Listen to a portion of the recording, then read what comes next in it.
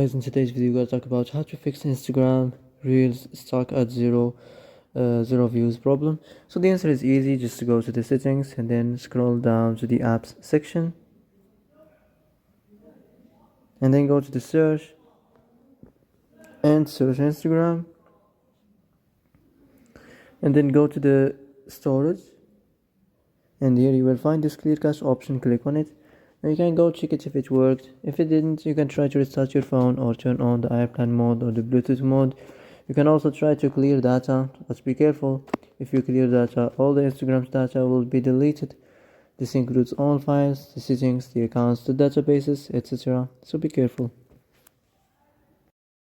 So that's it for today's video. I hope this is the answer you've been looking for. And if you like this video, don't forget to like and subscribe. And see you in the next video.